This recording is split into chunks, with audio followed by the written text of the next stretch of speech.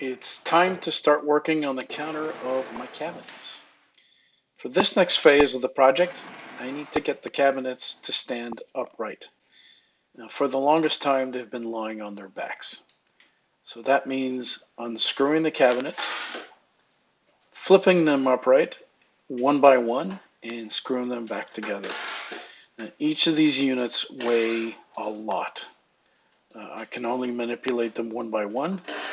Makes me think that moving these puppies to their final spot is going to be a lot of fun sport.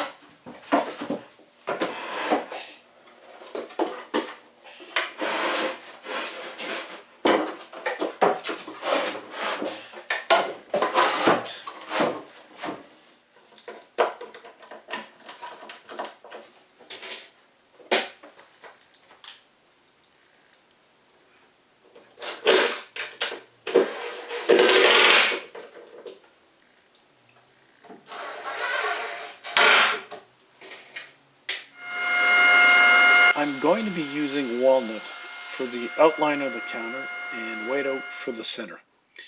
Now this video is all about getting the outline done. So that's all walnut. My first step is to cut my pieces of walnut to rough length, and I'll be doing that prior to milling any of those pieces.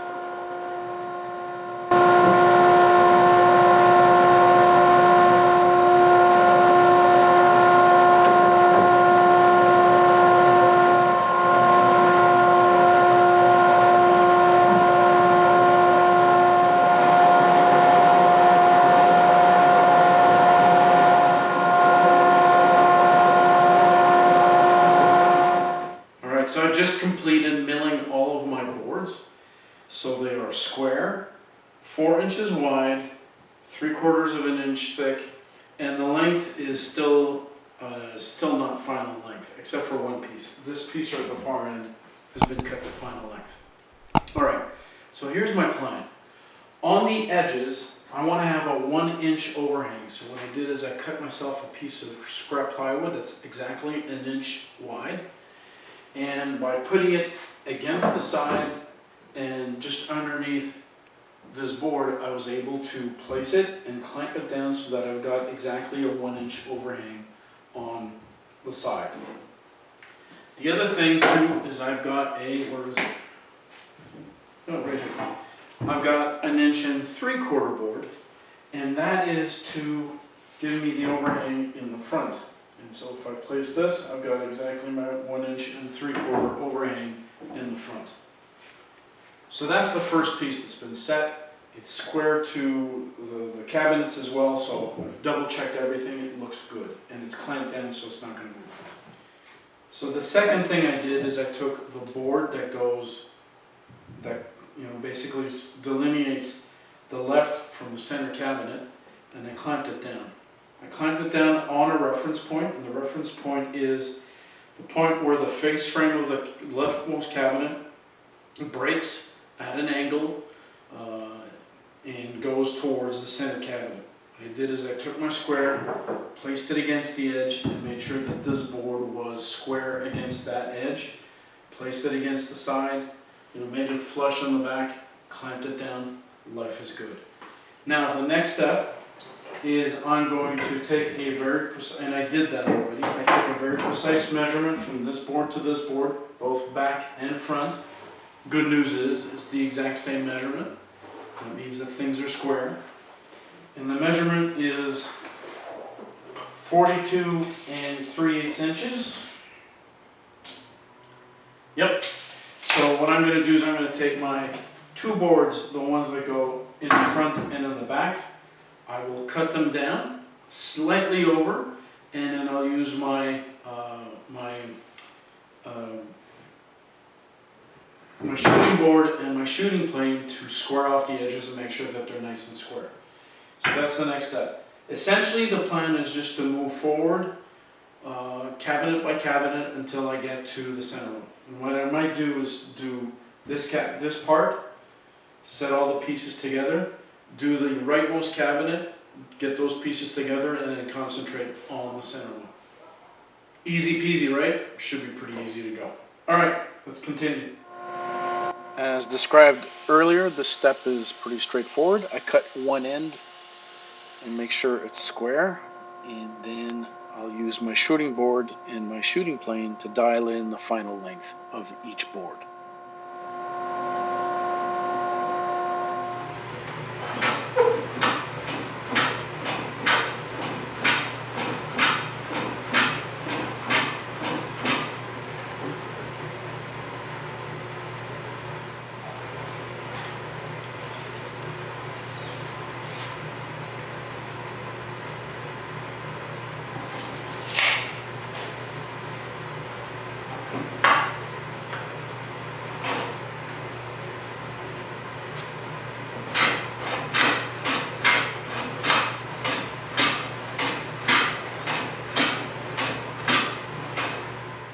All right, so off camera, I completed the initial setup for the counter. So the last time, if you recall, I had set up the 4 pieces for the counter, or the outline of the counter, on the left cabinet, and I followed the exact same method for the outline of the cabinet on the right cabinet. What was left were 2 boards in the middle for the cabinet, so this piece right here in the front and the corresponding piece in the back. Here's what's interesting, and this is actually pretty good news, is that there's a difference of a 1/16 of an inch rather between the board and the back, which is slightly longer than the one on the front. So over the entire spectrum or scope of the counter, having a 1/16 inch difference is pretty remarkable. All right, so now that everything is in place and it's clamped down, I'm ready to get on to the next part. And the next part actually involves cutting actually I'm going to go to this side, cutting the corner, these 2 pieces. So what I did is I used my 1 3/4 inch board, which is right here in the bottom. If you remember, that's just to determine the lip of the counter in the front. So I clamped that in line with the corner that's on the bottom. So if you remember, there's a piece that goes here that's at an angle, so this is the corner. So I lined it up, and with my square, I put a line, reference line, and with a ruler, I joined this point with the intersection corner point over here. And so that line I need to cut. This is going to be waste over here, and I did that on both sides. So I'm at that point where I'm going to cut these pieces, and I think I'm going to do it on the bandsaw because I get a much nicer cut, and then I'll cut it a little bit proud, and I'll use this sander just to get down to the line itself. And then after that, we're going to be doing some assembly. The assembly will be done with pocket screws. Now, if you see here, there's not a whole lot of room between this piece and this piece, so I'm going to have to figure something out here to make it a little stronger. Not quite sure yet, but I might have to put a bit of a yeah, I'm not sure, but this is going to be a bit of a concern here. Okay, folks.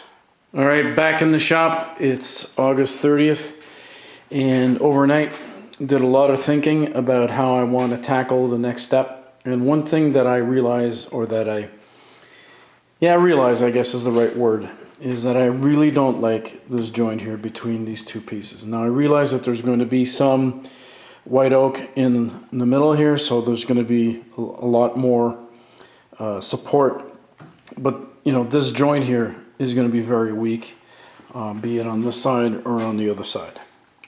So what I've decided to do is to have another piece that's going to go on the right of this one here. Let me do that on camera, which is going to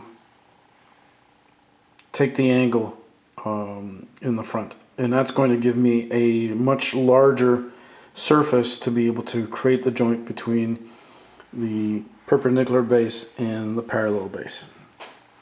Luckily, I have two pieces of walnut that appear to be long enough and wide enough to be able to do the trick. So guess what, guys? Back to the milling process.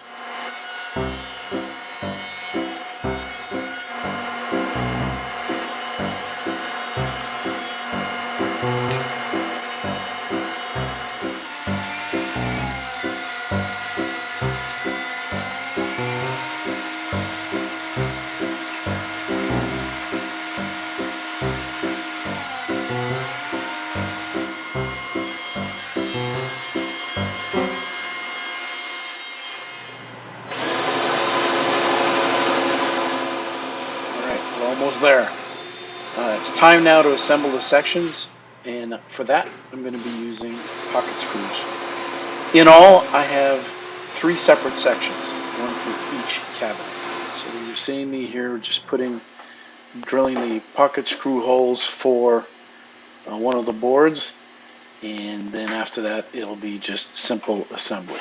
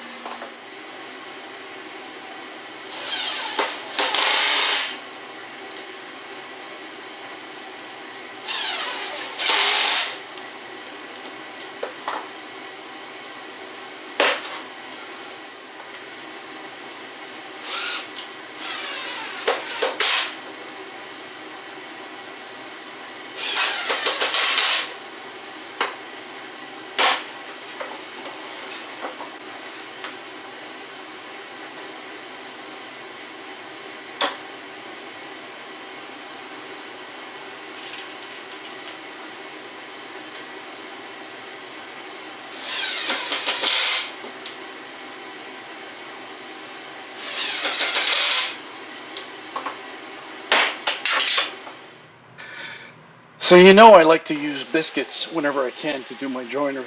So no surprise here, for this last step, I'm using biscuits, and that's in order to align all 3 sections together.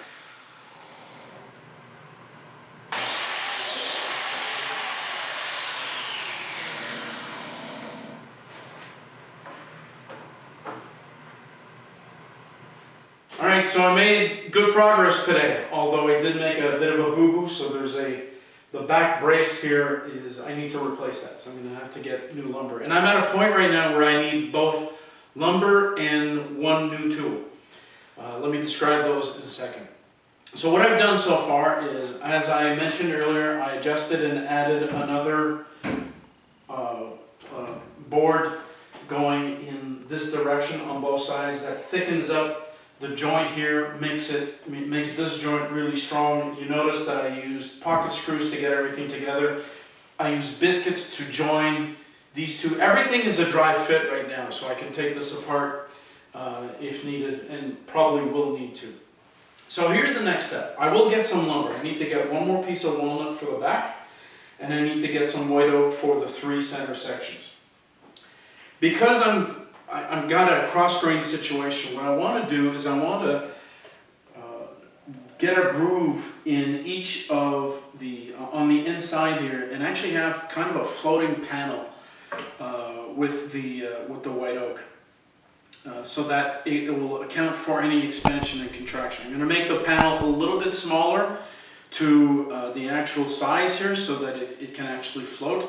And what I'm going to do is I'm going to add some glue at the front end of the cabinet so that if there's any expansion, it will do it towards the rear. And the rear is where a hutch will eventually be, and it's going to hide most of the counter. The counter is going to look really nice, and unfortunately most of it is going to be hidden. Well, so be it. So what I do need to get is a new router bit that will allow me to cut this groove inside of these panels. I'm going to test it out. I've got a piece of, the back piece that I had before. I'm going to be able to use that to do my test, but it should work pretty well. So very happy with progress. It's looking pretty cool, actually. I mean, walnut is one of my favorite woods. It's beautiful. It works so well. The milling process, it's almost like you need to sand this, but it's almost as is. It's almost perfectly smooth. I know it's not, but you get my drift. It's just beautiful wood to work with. All right, so next couple of days I need to go get some lumber, need to go get a router bit, and need to continue working on this. But so far, very happy with progress. All right, guys, have a good one. See you in a couple of days.